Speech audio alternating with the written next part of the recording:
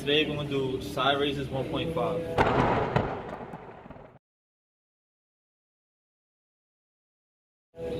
Because the first part of your side raise here to here is straight momentum building. You don't feel no resistance here. You only feel it in the last part.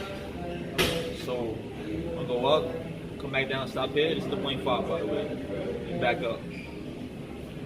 Up. Stop 0.5. Go back up. Like I said, this whole thing right here is momentum building. So we're going here, slowly bring it down, back up. Back up.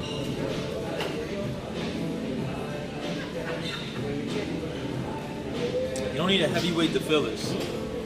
Do a solid 10-15 with 10 pounds, I guarantee you're gonna feel this. That's like giving my secret to y'all.